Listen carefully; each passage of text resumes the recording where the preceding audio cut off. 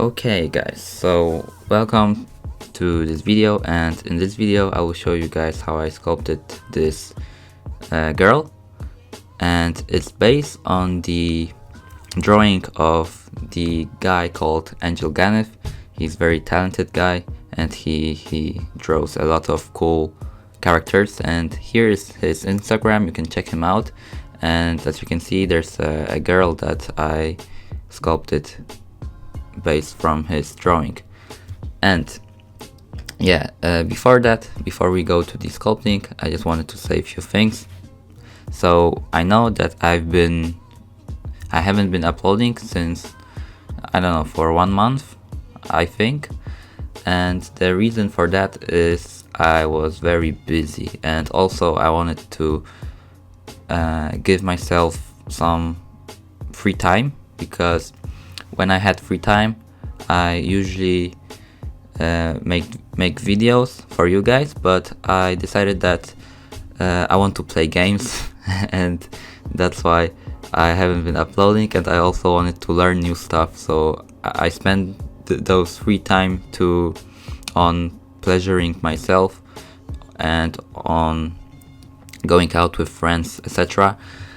And that's why I haven't been uploading, but I'm coming back.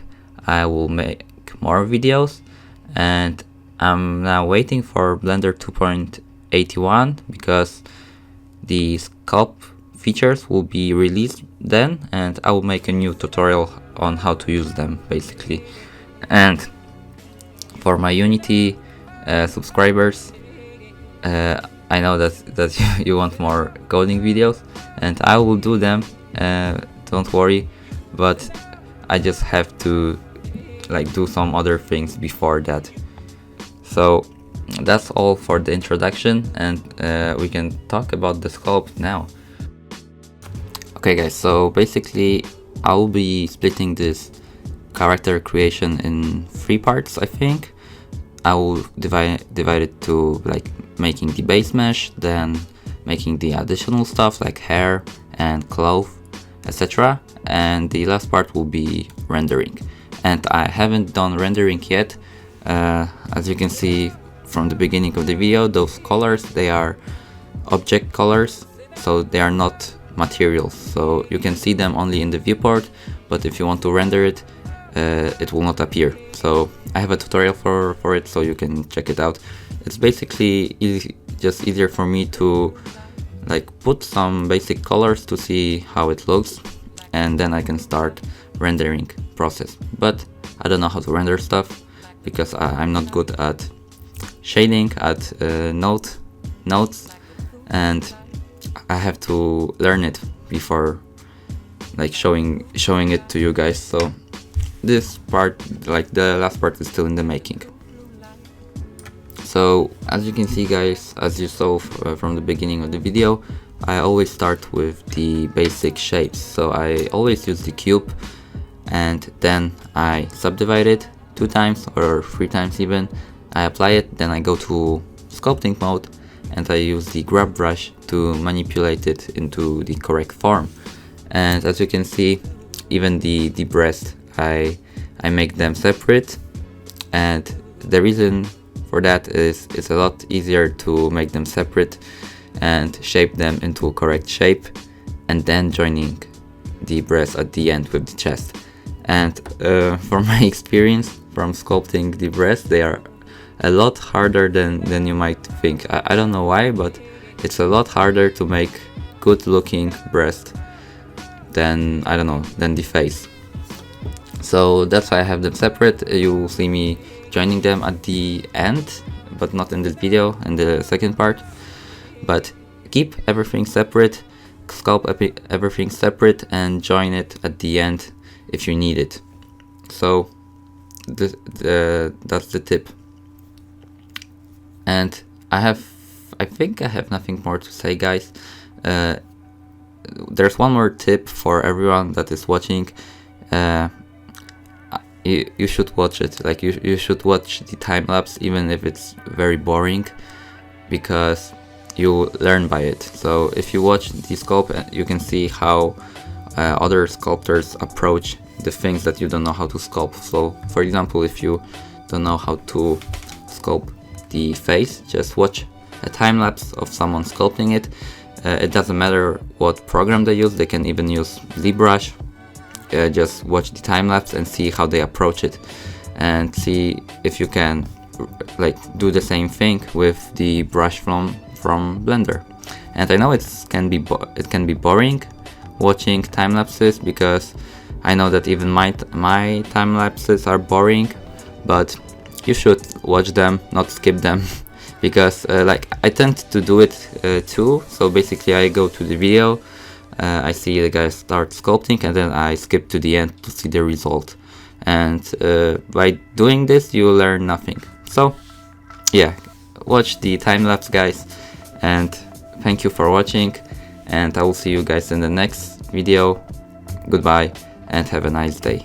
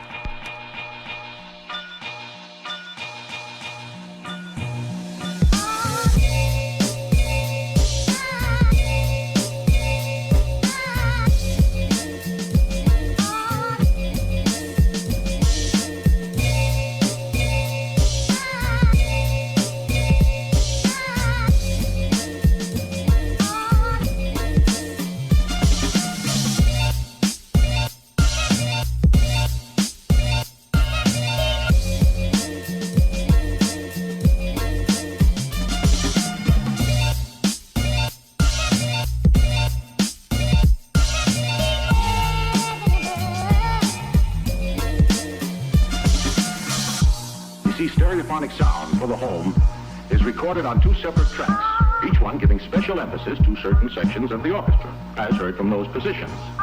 Now, when played back simultaneously on two separate systems, the sounds are blended together to achieve a new dimension in sound impossible to obtain in a monaural recording.